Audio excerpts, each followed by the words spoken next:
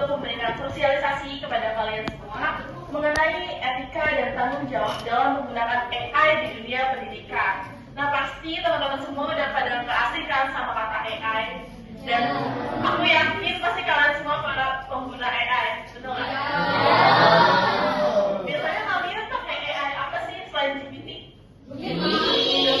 Oke, Perplexity pakai nggak? Perplexity. Oh, itu sama sih kayak GPT, tapi coba aja. Belum. Oke, kita langsung ke materinya aja ya. Yang pertama di sini ada latar belakang perkembangan AI di dunia pendidikan. Nah, perkembangan teknologi AI atau artificial intelligence. Jadi AI itu adalah kecerdasan buatan yang menyerupai pemikiran manusia. Nah, semakin pesat dan mulai diterapkan di berbagai bidang, termasuk bidang pendidikan. Tujuan AI ini di dunia pendidikan adalah untuk membantu proses pembelajaran supaya lebih efisien. Namun, penggunaan AI juga menimbulkan tantangan etika dan tanggung jawab seperti plagiarisme, ketergantungan, dan juga privasi data. Di sini yang dimaksud dengan plagiarisme adalah plagiat. Plagiat dalam artian, kalau misalnya teman-teman dapat tugas dari guru, terus kalian langsung scan soalnya, otomatis kan keluar jawabannya, sama kalian langsung disalin tanpa dipahami. Itu namanya plagiat. Dan dari plagiat ini bisa menjadi ketergantungan. Makanya sekarang apa-apa, biarin deh, ada AI gitu kan. Jadi nggak gampang jalannya. Seperti itu. Selanjutnya, di sini ada etika dan tanggung jawab dalam penggunaan AI untuk pendidikan. Hal ini berarti menggunakan teknologi secara bijak, jujur, dan bertanggung jawab untuk mendukung proses belajar, bukan untuk menggantikannya. Nah, sekali lagi, AI untuk mendukung, bukan menggantikan. Karena kalau misalnya AI sampai menggantikan manusia, itu sangat berdampak bahaya sekali untuk kedepannya. Bukan cuma dari segi pendidikan, tapi juga untuk karir teman-teman kedepannya. Contohnya, kalau dari segi karir ya, kalau AI menggantikan manusia itu seperti di outlet kopi kenang, seperti di outlet kopi family paket, family mart. Nah, itu di outlet di Mall Puri udah digantikan sama robot, jadi bukan manusia lagi yang melayani, melainkan robot. Oleh karena itu, teman-teman jadilah pengguna AI yang bertanggung jawab dan jujur. Karena manusia juga, setiap manusia yang menggunakan AI terutama bakal memiliki dampaknya nih. Dampaknya ada dampak positif dan juga dampak negatif. Dampak positifnya kalau dari segi pendidikan itu bisa membantu pembelajaran, tapi dampak negatifnya kalian bisa kecanduan dan juga ada konsekuensinya pastinya. Selanjutnya ada prinsip etika penggunaan AI. Yang pertama kejujuran, yaitu tidak asal menyalin. Jadi kalau misalnya kalian dapat tugas dari guru, itu boleh pakai AI tapi dipahami lagi. Jadi biar kalian tuh juga ilmu wawasannya bertambah. Jadi otak kalian tuh juga semakin cerdas gitu loh. Kalau misalnya kalian asal menyalin, ya otomatis pasti yang cerdasnya si AI-nya bukan kaliannya gitu. Dan ilmunya juga akan bertambah.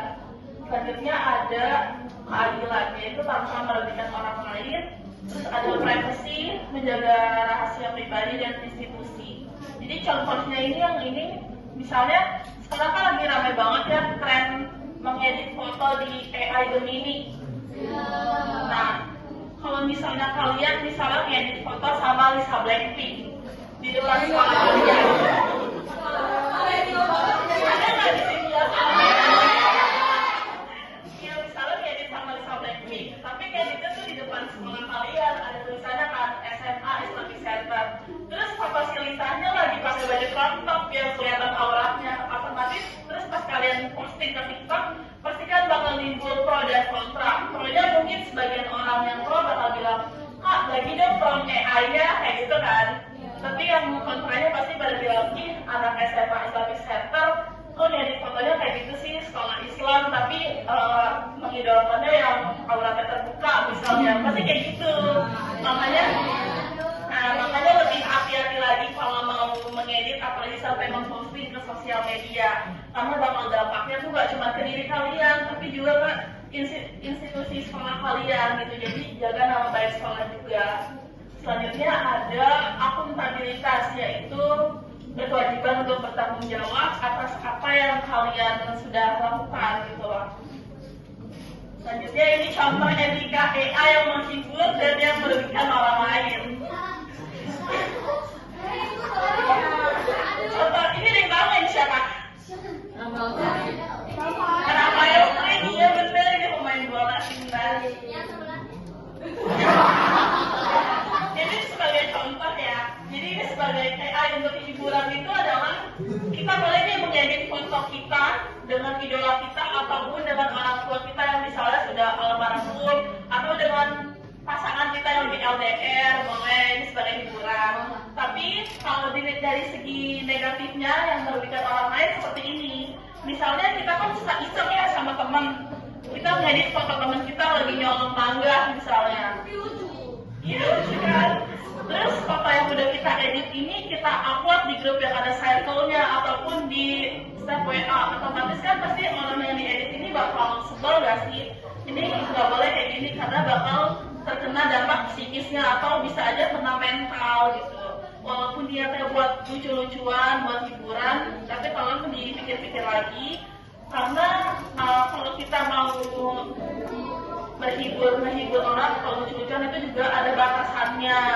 Dan setiap mental orang itu kan pasti berbeda-beda ya. Ada yang mentalnya kuat, ada yang lemah, dan sebagian orang mungkin kalau misalnya fotonya diedit kayak gini bakal ada yang kesel ya kan, kayak kalian aja contohnya kalau muka kalian diedit jadi maling mangga gini, kesel gak sih? Kesel kan, jadi kayak nggak kayak gitu tapi malah dituduh jatuhnya. Selanjutnya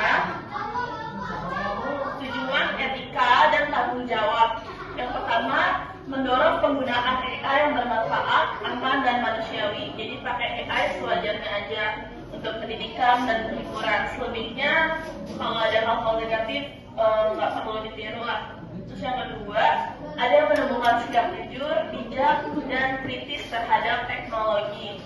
Kritis dalam artian kalau kalian menggunakan AI untuk belajar, kalian pahami lagi, karena otak kalian juga perlu berpikir secara kritis. Karena kalau ada AI, pasti kan otak ngandelnya AI, jadi nanti otak kalian harusnya digunakan untuk berpikir, berkembang secara bijak, secara kritis, dan kreatif. Setelah adanya AI, jadi kalian menganggap gampang, itu jangan seperti itu. Yang ketiga, ada menjaga nilai akademik dan kepercayaan dalam dunia pendidikan. Selanjutnya, peran institusi pendidikan. Institusi pendidikan memiliki peran penting dalam menyusun kebijakan penggunaan AI dan membentuk etika penggunaan teknologi di lingkungan sekolah. Dan di era digital saat ini, AI banyak digunakan oleh siswa dan juga guru. Jadi nggak cuma siswa, tapi guru juga pakai. Biasanya untuk memperoleh informasi kayak buat bikin soal tambahan seperti itu. Selanjutnya, guru juga berperan sebagai pembimbing agar siswa memahami cara menggunakan AI dengan benar. Biasanya itu melalui pembiasaan seperti diskusi. Nah, kalian di sini kalau belajar sama guru pasti suka disuruh diskusi kan ya? Nah, itu tujuan diskusi adalah sebenarnya untuk menyatukan ide-ide kalian gitu loh, supaya lebih murni ketimbang pakai AI seperti itu. Jadi ilmu kalian semakin bertambah dari otak-otak kan jadi tahu nih. Seperti itu guys. Selanjutnya, peran siswa dalam mengembangkan budaya digital yang etis. Nah, siswa sebagai generasi digital punya peran penting dalam membangun budaya penggunaan AI yang bertanggung jawab.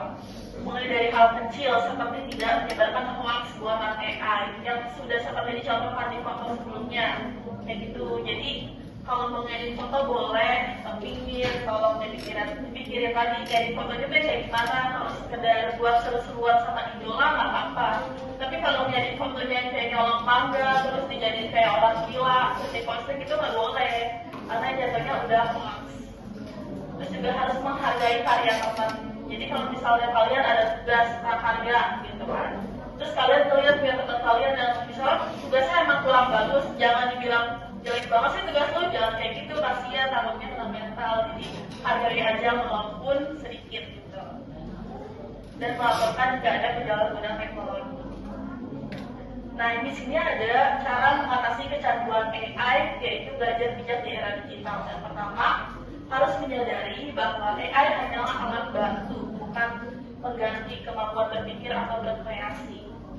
Terus yang kedua, membuat jadwal tanpa AI. Misalnya 50% waktu belajar menggunakan kemampuan sendiri. Jadi kalau misalnya kalian lagi di rumah kerjain PR, jadi misalnya waktu belajarnya 2 jam. Coba 1 jamnya itu murni dari pemikiran kalian, 1 jamnya lagi bolehlah kalian buka AI untuk cari tahu nih kira-kira kemampuan kalian hasil belajar sendiri udah oke atau belum gitu. Terus yang ketiga, asah keterampilan berpikir kritis, menulis dan juga menganalisis tanpa bantuan AI. Ini wajib banget ya berpikir kritis, terutama buat kalian yang sudah berprestasi itu tolong dipertahankan lagi prestasinya dan juga melatih diri untuk supaya lebih kreativitas dan juga logis dalam berpikir.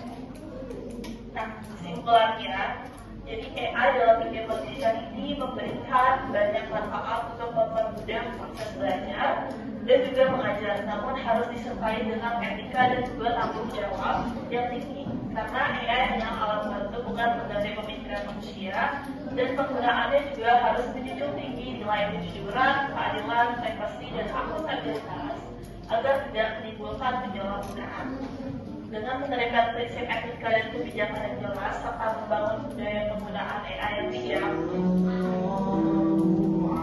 otomatis dunia pendidikan dapat memanfaatkan teknologi ini secara aman, bermanfaat, dan juga berdasarkan nilai-nilai moral serta integritas akademik. Oke, sampai sini sudah cukup jelas ya. Aku nanya, kira-kira dari materi yang sudah aku paparkan, aku sampaikan, ada masih di sini yang berani ngasih kesimpulan seputar AI penggunaan AI di bisnis? Kalau ada yang berani, tinggal tunjuk tangan, terus aku kasih hadiah untuk 1 orang. Bisa nggak? Nyimpulin menurut kalian aja seputar AI. Apa mau aku tunjuk? Boleh. Kedepan aja, coba aja nggak apa-apa. Berdiri. Kenalin nama dong. Kan aku belum kenal. Ya, siapa?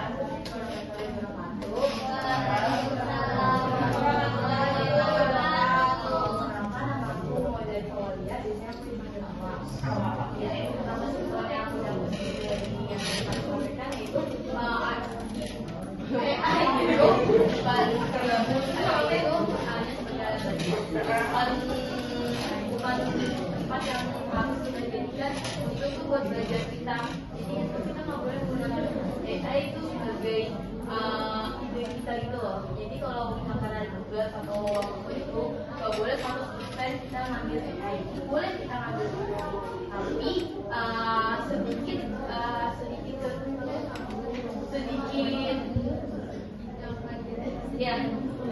ya sedikit mengambil ya pasti mencari ide terus itu